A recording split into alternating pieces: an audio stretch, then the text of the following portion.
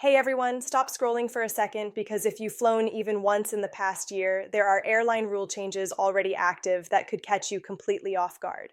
I'm Mila, and my office moves at 500 miles an hour. After 15 years in the skies, one thing I've learned is that the airline industry never stands still. And right now it's changing faster than most travelers realize. You clicked on this video because surprise airline rule changes. Catching travelers off guard sounded a little too familiar, especially with fall 2025 already here. Maybe you're thinking this is just another checked bag fee increase, something we all sadly expect. Or maybe you assume new government refund rules mean you're finally protected from everything that can go wrong. Some people even wonder if airlines are quietly rolling out new penalties at the gate without telling anyone. The uncomfortable truth is that yes, they are, and it's happening right now. This is not about the big headline changes you've already heard about, like the Real ID deadline or the new Department of Transportation refund rules. Those are important, but they won't stop you from being delayed, charged, or denied boarding in the moment. What we're talking about today are the quiet operational and enforcement shifts that airlines and airports are applying this fall, often without clear announcements. These are the changes that cause missed flights, arguments at the gate, and those painful surprise fees that hit when stress is already at its peak. I see these situations unfold every week, and even frequent flyers are being caught off guard because they're relying on outdated habits. In this video, I'm breaking down 9 very real rule changes that are already active in late 2025. Some of them are actually good news, some are frustrating, and all of them matter if you want to avoid unnecessary trouble at the airport. Knowing these details can save you time, money, and that uniquely uncomfortable feeling of being singled out in front of a boarding line. Before we dive in, if you value up-to-date insider travel advice from someone who lives this reality every day, make sure you're subscribed. Rules are shifting almost weekly, and my job is to translate the chaos. Let me know in the comments what the sneakiest fee or rule has hit you recently. Now, let's get into the first change already catching travelers by surprise this fall. The first change already causing trouble this fall is the power bank crackdown, and while the rule itself is not new, the enforcement absolutely is. Lithium-ion power banks have always been prohibited in checked luggage because of fire risk, but for years this rule was applied inconsistently. Some travelers got lucky and slipped through without consequences, which created the illusion that the rule was flexible. That flexibility is gone. Airlines and security agencies are now treating this as a zero-tolerance issue. If a power bank is detected in your checked bag during screening, the bag is immediately flagged, opened, and the device is removed. What catches people off guard is the timing. If the bag is flagged late in the process, it can be pulled while you're already at the gate, and that delay alone can cause you to miss your flight. In some cases, the item is confiscated permanently. I've watched passengers argue, plead, and demand exceptions, but there are none. One traveler recently lost a brand new expensive power bank and still watched their bag stay behind while the aircraft departed. This is one of the easiest mistakes to avoid, yet it's happening every single day. Power banks must always go in your carry-on, no matter how short the flight or how rushed you feel. The second surprise change involves personal item weight enforcement, something many U.S. travelers are not used to thinking about.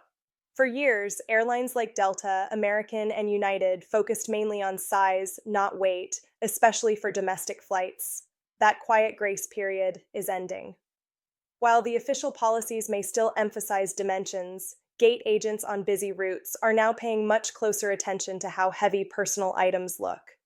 Backpacks stuffed to the point of tearing, oversized totes sagging under weight, and bags clearly heavier than a reasonable underseat item are being flagged more often. The logic is simple. Overloaded personal items create safety concerns when stowed and signal that a passenger may be bypassing carry-on rules. When that happens, agents are far more likely to force a last-minute check, and that fee at the gate is painful. Travelers are often shocked because they assumed weight didn't matter. It does now.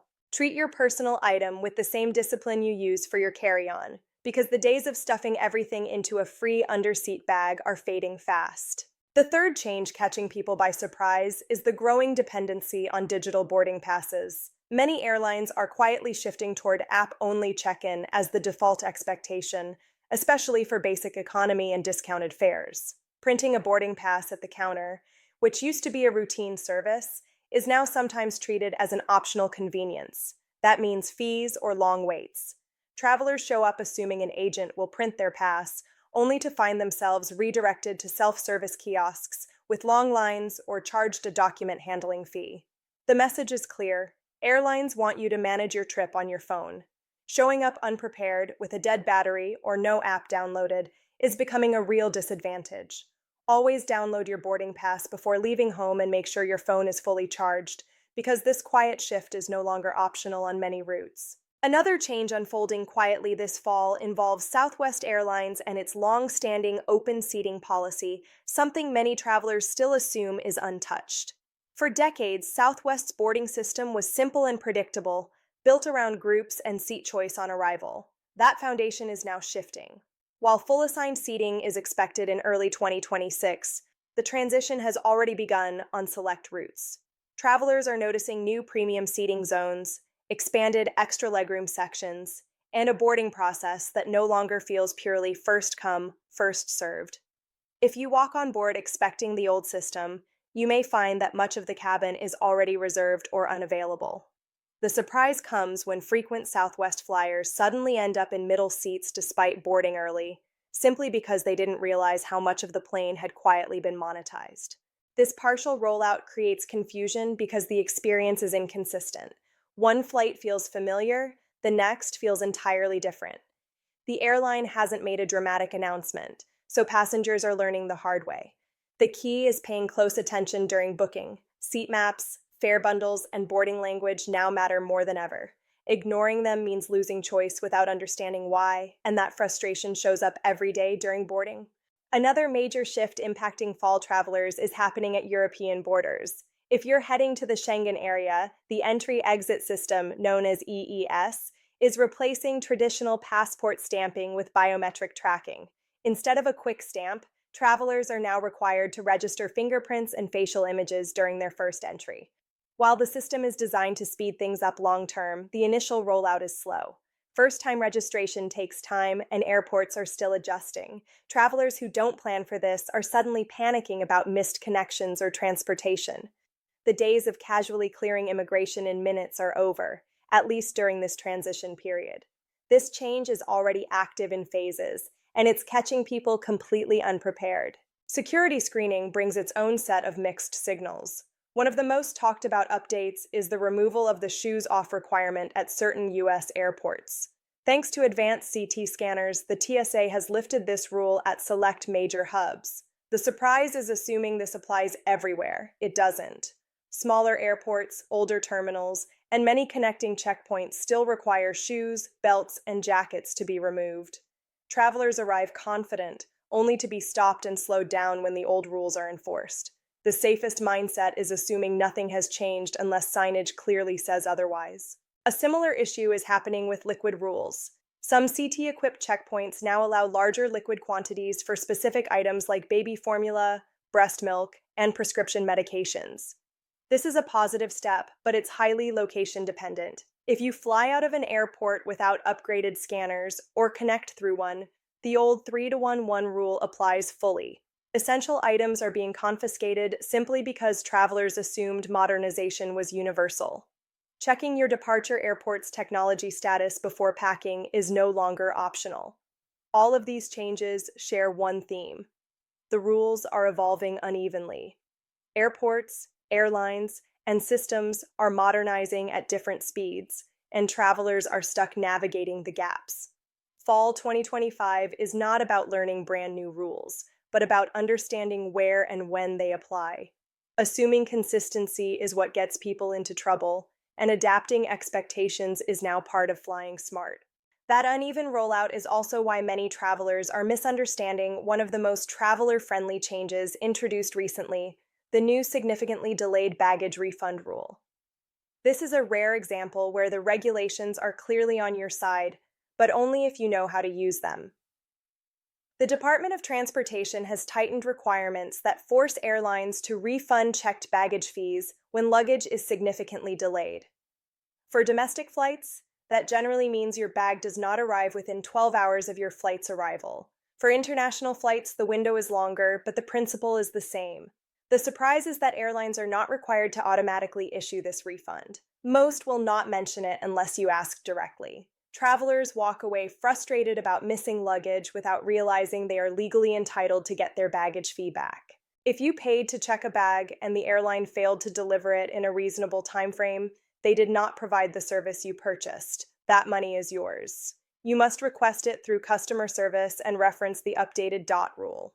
Passengers who don't know this leave cash on the table every single day. Confusion also surrounds what travelers believe they are owed during delays, leading to another common confrontation at gates this fall.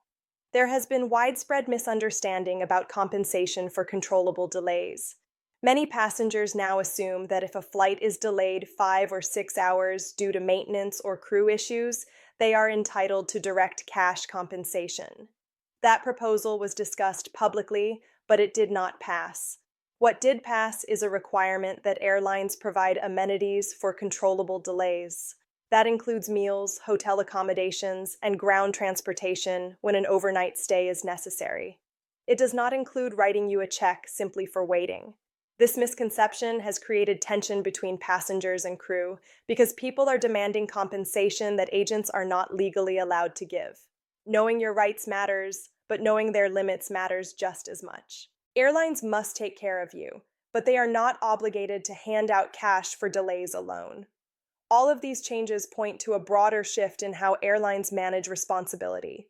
The rules are becoming more precise, but also more transactional. If a service is not delivered, like a checked bag arriving on time, you can reclaim what you paid. If a disruption occurs within the airline's control, they must cover your basic needs. But assumptions based on social media headlines or outdated expectations lead to disappointment. Airlines are following the letter of the law more strictly, not the spirit travelers imagine.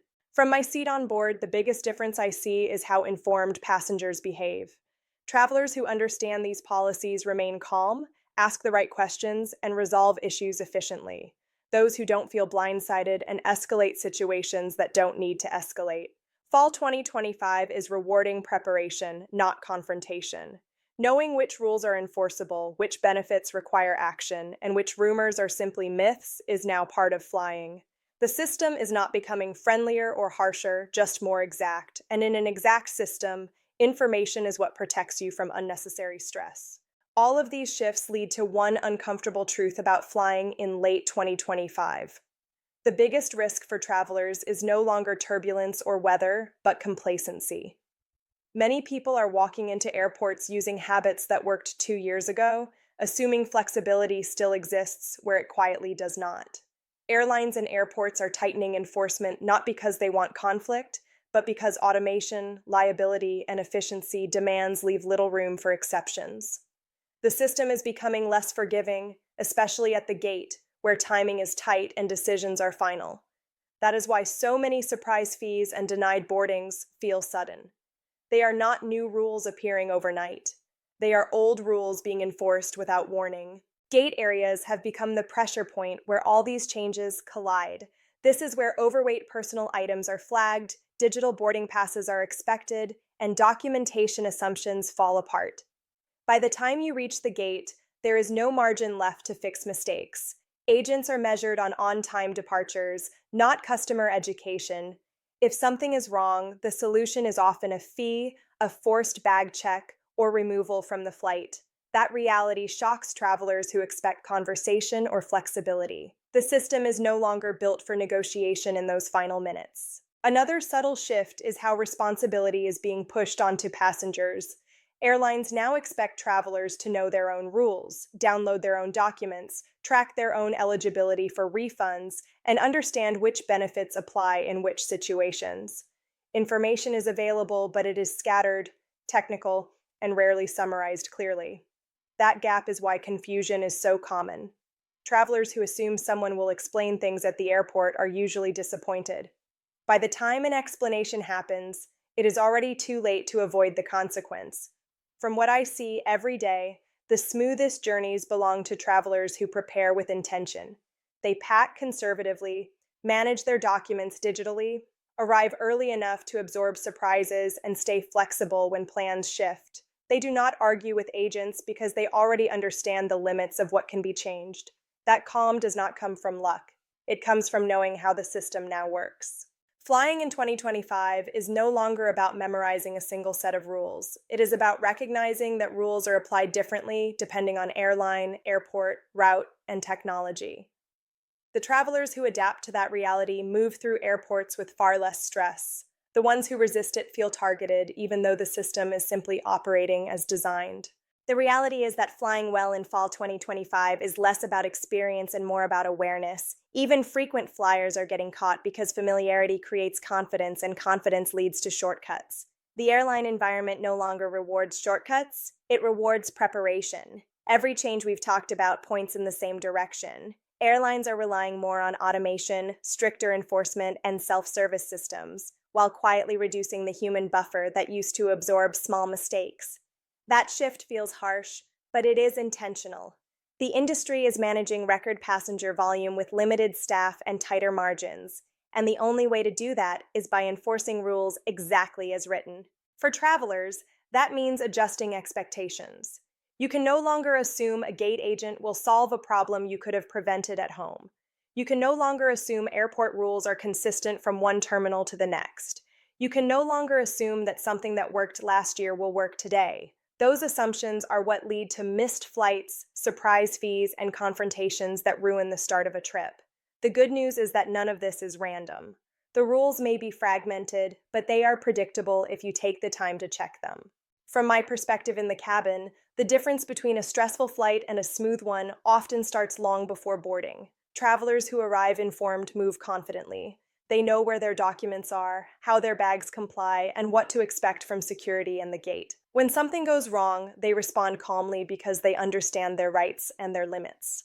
That composure changes everything. It speeds up solutions and keeps situations from escalating unnecessarily. The goal of sharing these updates isn't to make travel feel intimidating. It's to make it manageable. Flying is still safe, still accessible, and still an incredible way to connect with the world. But it now demands more attention than it used to. Treat travel like a system, not a gamble. Verify rules before you leave, pack with intention, and assume enforcement will be strict, not flexible. If you take one thing away from this video, let it be this. Staying informed is no longer optional. It is the single most effective way to protect your time, your money, and your peace of mind at the airport. I hope this breakdown helps you fly smarter this season. If it did, support the channel so I can keep bringing you updates that actually matter. Share your experiences in the comments, and I'll see you next time, ready to help you navigate whatever changes come next.